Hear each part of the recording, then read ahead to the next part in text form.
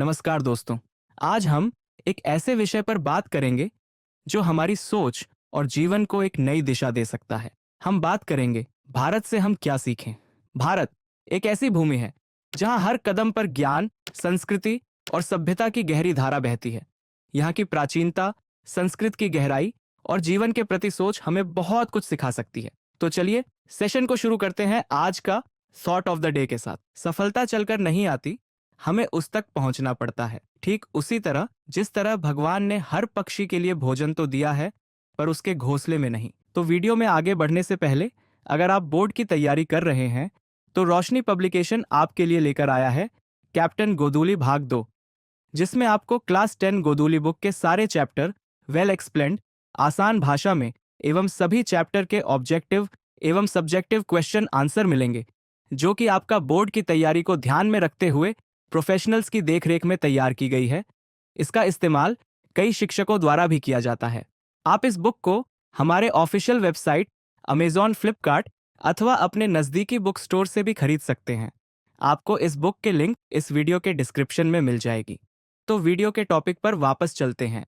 भारत एक ऐसा देश है जिसे प्राकृतिक सुंदरता और संपदा का खजाना कहा जा सकता है। इसे धरती का स्वर्ग भी कहा गया है। भारत ने न केवल जीवन की बड़ी समस्याओं का हल निकाला है, बल्कि ऐसा ज्ञान और दर्शन भी दिया है जो पूरी दुनिया के लिए प्रेरणा है। प्लेटो और कांट जैसे दार्शनिक भी इससे प्रभावित हैं। भारत का साहित्य, दर्शन और सांस्कृतिक धरोहर जीवन को और अधिक गहराई, मानवता और समग्रता देते हैं। असली भारत गांवों में बसता है, जहां सादगी और परंपराओं की झलक मिलती है। भारत से क्या सीखें? पहला, भूविज्ञान, हिमालय से श्रीलंका तक अनगिनत अध्ययन के अवसर। दूसरा, वनस्पति विज्ञान, भारत की प्रकृति और पौधों की विविधता अद्वितीय है। तीसरा, जीव जंतु, समुद्र तटों और जंगलों में दुर्लभ जीव जंतु और मोती खोजने के अवसर।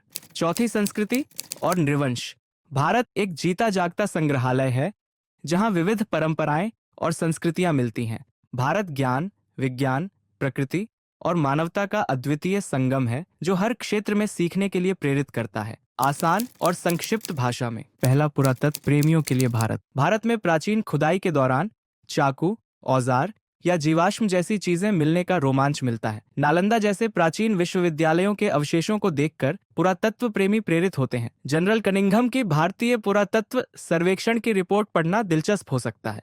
दूसरे, पुराने सिक्कों का खजाना। भारत में प्राचीन शासकों, ईरानी, यूनानी, रोमन आदि के सिक्के बड़ी मात्रा में पाए जाते हैं। एक बार वॉरेन हेस्टिंग्स को वाराणसी के पास 172 सोने के सिक्के मिले थे, लेकिन इन्हें गला दिया गया, जिससे उनका ऐतिहासिक महत्व खो गया। अब हमें ऐसे खजानों को संरक्षित रखना चाहिए। तीसरा, वैदिक दैवत विज्ञान का योगदान। भारत के वैदिक दैवत विज्ञान ने इस क्षेत्र को नई दिशा दी। हालांकि इसकी नींव रखी जा चुकी है, लेकिन इसका पूरा विकास अभी बाकी है और यह काम भारत में ही सबसे बेहतर हो सकता है।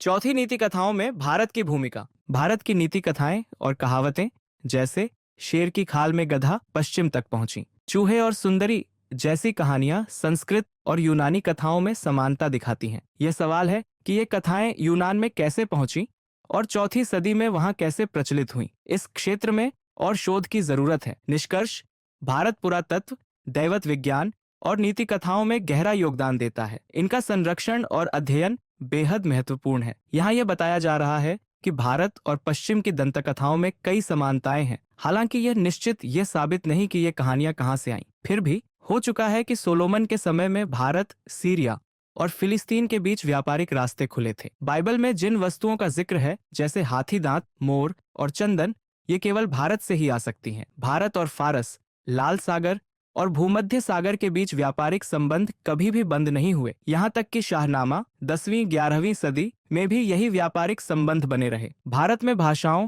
और भाषा विज्ञान का अध्ययन करने का भी एक अच्छा अवसर है। यहाँ आर्य, द्रविड़, मुंडा जैसी भाषाएं हैं। साथ ही यूनानी, अरबी, ईरानी और मुगल भाषाओं का मिश्रण भी है, जिससे भाषा विज्ञान के रोचक अध्ययन का मौका मिलता है। अगर आप विधि शास्त्र, कानून के छात्र हैं, तो भारत में प्राचीन कानूनों का इतिहास और उसके विकास का अध्ययन करने का अवसर मिलेगा, जो यूनान, रोम या जर्मनी से अलग है, लेकिन उनके समानताओं और भिन्नताओं के कारण यह अध्ययन उपयोगी होगा। उदाहरण के लिए, धर्मसूत्र और समयाचारिक सूत्र मानव धर्मशास्त्र, विधि शास्त्र के लिए आधारभूत हैं। भारत में प्राचीन पंचायत व्यवस्था का अध्ययन करके आप प्राचीन कानून और शासन प्रणाली को समझ सकते हैं। यहाँ स्थानीय शासन के बारे में बहुत कुछ सीखने का अवसर है। भारत में धर्म का वास्तविक विकास वैदिक धर्म, बौद्ध धर्म और पारसी धर्म का जन्म हुआ है। यहाँ नए नए धर्म और मत प्रकट होते रहते हैं। भारत में आप प्राचीन और भविष्य के बीच एक अद्भुत स्थिति में खड़े होंगे। यहाँ आपको ऐसी अनूठी स्थितियां मिलेंगी जो दुनिया के अन्य हिस्सों में नहीं मिल सकती। चाहे आपको शिक्षा, कानून या कोई और समस्या समझनी हो, भारत आपको इन सभी के लिए एक प्रयोगशाला जैसा अवसर देगा। संस्कृत भाषा के माध्यम से आपको गहरे विचारों को समझने का मौका मिलेगा जो पहले कभी आपके लिए अनजान थे। यहाँ आपको मानवता, सहानुभूति और सद्भावना से जुड़े बहुत से शिक्षाप्रद पाठ मिल सकते हैं। अगर आप मानव मस्तिष्क, भाषा, धर्म, दर्शन, कानून, रीति रिवाज, कला, शिल्प या प्राचीन विज्ञान में रुचि रखते हैं तो भारत ही वह स्थान है जहां आपको इन सभी क्षेत्रों का गहरा और विस्तृत अध्ययन करने का अवसर मिलेगा।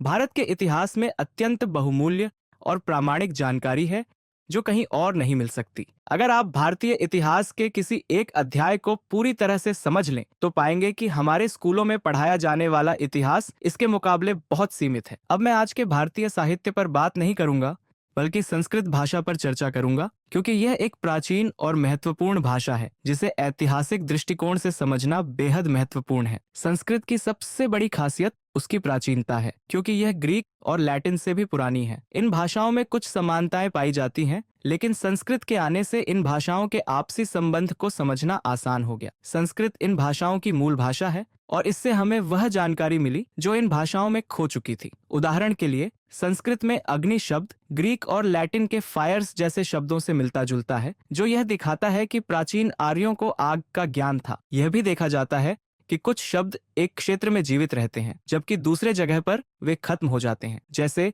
संस्कृत में चूहे को मूश कहा जाता है और यह ग्रीक, लैटिन और अन्य भाषाओं में भी पाया जाता है, जिससे हम समझ सकते हैं कि प्राचीन आर्य लोग चूहे को जानते थे। संस्कृत, ग्रीक और लैटिन जैसी भाषाओं के बीच एक सामान्य स्रोत था जो बहुत प्राचीन काल में आर्य लोगों से जुड़ा था। इन भाषाओं में कुछ मूल शब्द और क्रियाएं एक जैसी हैं, जैसे अस्मि, मैं हूँ, संस्कृत में है, जो अन्य भाषाओं में नहीं मिलती। यह दिखाता है कि संस्कृत एक बहुत पुरानी और महत्वपूर्ण भाषा है जो हमारे इतिहास और सोच की गहरी जानकारी देती है। भारत की संस्कृत भाषा इतनी पुरानी और महत्वपूर्ण है कि इसके अध्ययन से हमें ग्रीक, लैटिन और अन्य भाषाओं से ज्यादा ज्ञान मिलता है। संस्कृत का साहित्य 3000 साल से भी ज्यादा पुराना है, जो यूनान और रोम के साहित्य से कहीं ज्यादा बड़ा है। संस्कृत के अध्ययन से हमें न केवल हमारी पुरानी सभ्यता को समझने का मौका मिलता है, बल्कि इससे हमारे विचार भी अधिक विस्तृत और उदार हो जाते हैं। संस्कृत ने हमें यह सिखाया है कि मानव जाति का इतिहास केवल यूरोप तक सीमित नहीं है, बल्कि भारत और अन्य प्राचीन सभ्यताओं से जुड़ा हुआ है। अगर हमें इतिहास और मानवता को सही तरीके से समझना है तो संस्कृत की मदद से हम अपनी जड़ों तक पहुंच सकते हैं। भारत के बारे में पहले की तरह संकुचित विचारों से बाहर निकलकर अब हम यह समझने लगे हैं कि हमारी सभ्यता कितनी महान है। जैसे यूरोप के लोग अपने इतिहास को भूल सकते हैं, वैसे ही भारत के बारे में पहले जो गलत धारणाएं थीं, अब वे बदल रही हैं। आप अगर भारत जाएं तो उस समय आपको भी वही अनुभव होगा जो सर विलियम जोन्स को हुआ था, जब उन्होंने भारत के तट को देखा और महसूस किया कि यह भूमि ज्ञान, कला, संस्कृति और विविधता का केंद्र है। भारत ने पश्चिमी देशों को नई दिशा दी है और यह प्रक्रिया अब भी जारी है। तो आज के लिए इतना ही। वीडियो को लाइक करें, शेयर करें, सब्सक्राइब करें और कमेंट में अपने प्रश्न पूछें। तब तक के लिए जय हिंद, जय भारत।